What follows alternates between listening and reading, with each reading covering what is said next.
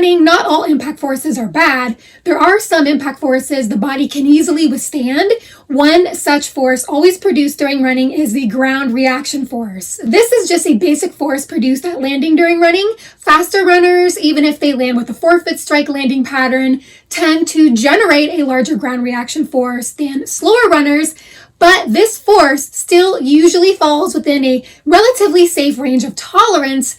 Impact forces in running may become very problematic when they exceed tolerance that the muscles can't absorb, and from this can easily give rise to all kinds of injuries. Impact can also be very damaging if it's a peak impact or a peak pressure or a peak impulse.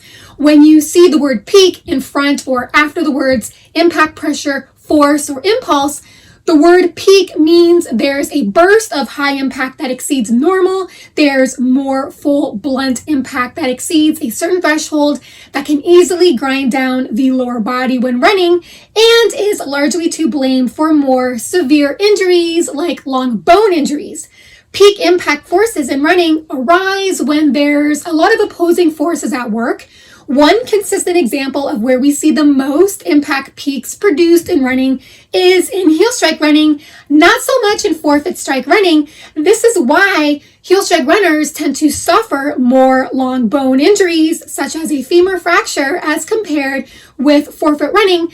A collective of studies, which are linked down below this video in the description box, have used what's called the shockwave chronic overload model to explain how the chronically higher impact peaks in heel strike running contribute to long bone injuries, namely a femur fracture. Based on this model, the evidence shows that at heel strike, when running, the mass of the body abruptly grinds to a crashing halt and remains in a prolonged break phase at landing. This also means the mass of the body gets loaded onto the leg for an extended period of time. This is because at heel strike, there's often an overextended leg with an unbent knee. This creates a larger distance separation between the mass of the body and initial foot strike position. In consequence, an impact transient peak is produced, which is accompanied with shock loads that are measured in the long bones, including the femur. These shock loads travel up the musculoskeletal system as a propagation shock wave and continue to propagate with each subsequent step during heel strike running.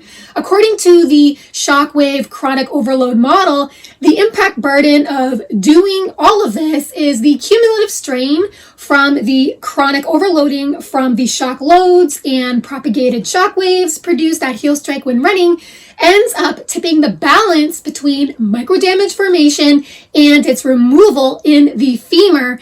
The increases in microdamage formation in the femur during heel strike running correlates with an outsized risk for bone stress and fracture on multiple sites on the long bones like the tibia and the femur. To this point, the fact that there's research fully addressing how heel strike running may directly cause a femur fracture through a shockwave chronic overload model confirms that there are impact variables unique to heel strike running that cause heel strike running to be one of the leading causes of running-related long bone injuries.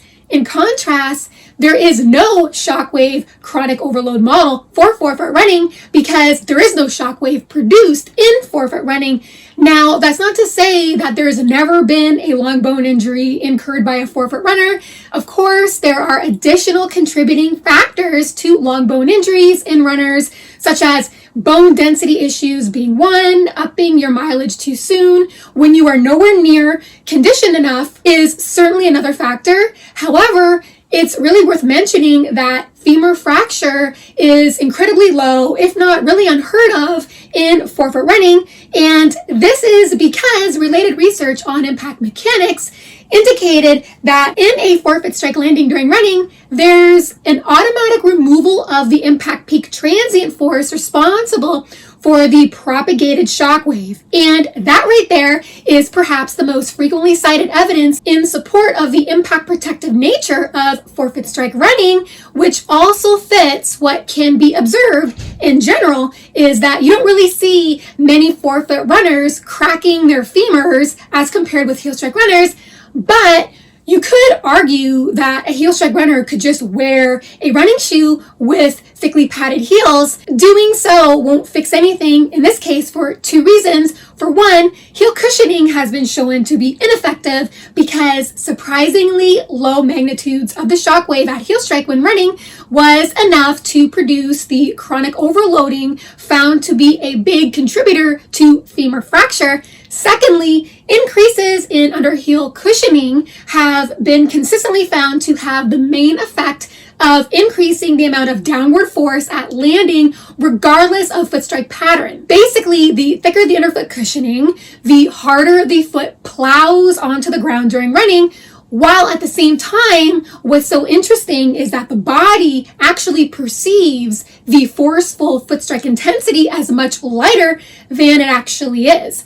This phenomenon is called perceptual illusion, and it's really an unintended consequence of running in thickly cushioned running shoes, which is why some forms of impacts tend to be chronically higher in most runners who run in thickly cushioned running shoes versus most barefoot runners. The article about that is linked down below the video in the description box as well. Moreover, though, so far, published studies have really failed to show how cushioned running shoes can make heel strike running safer, which is why with all the advancements in cushion materials, in running shoes, and running shoe technology overall, these forms of footwear really haven't put a dent in the high injury rates incurred by most runners. This is why making adjustments in your foot strike mechanics may be a much better long-term course of action to take, in that forefoot strike running is seen as a big positive in having a big role to play in preventing landing intensity from becoming too aggressive, thereby potentially doing more to safeguard the long bones. To account for this, landing further away from your heel when you run, like in a forefoot strike landing pattern, allows for better management of the stride parameters responsible for impact production, such as engaging a forefoot strike landing when running instantly engages a more bent knee or increased knee flexion at touchdown. Through this, you are prevented from overreaching too far in front of you with your foot. At touchdown, you end up with a lesser overstride angle. This allows the impact transient peak to be eliminated, and you are also going to get a much lower rate of the brake force.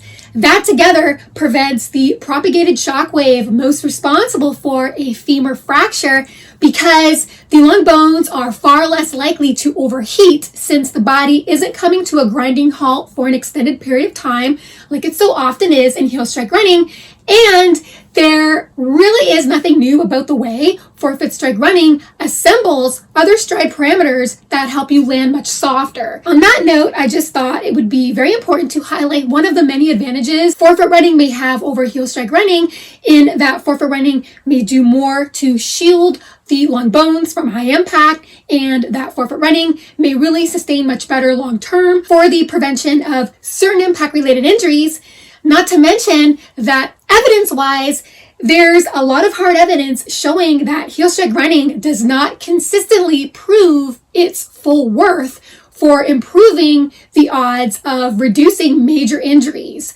All you have to do is follow the data trend showing the runners who get hit the most with the most severe injuries more frequently, and you will see that an overwhelming majority of these runners have one common denominator: they heel strike when they run. Forefoot runners really aren't getting their knees replaced or pins and plates installed in their femurs at all. And even if they are, it's absolutely nowhere near at the rate to that of heel strike runners. In that regard, I posted a link to a video that I did showing what a proper forefoot strike looks like, because some make the mistake of landing too high up on their toes or landing big toe first. A proper forefoot strike landing is actually a much flatter foot placement at landing, almost like a midfoot strike And initial ground contact is also made towards the lateral border or towards the outer side of the forefoot, which is all shown up close and in slow motion and in normal speed in that video. I hope you've enjoyed this video. If you did, feel free to hit the thumbs up button as well as the subscribe button if you haven't already, where you will stay more informed on heel strike running versus forefoot strike running. Thank you so much for listening and watching. Have fun out there on the roads and trails. Bye for now.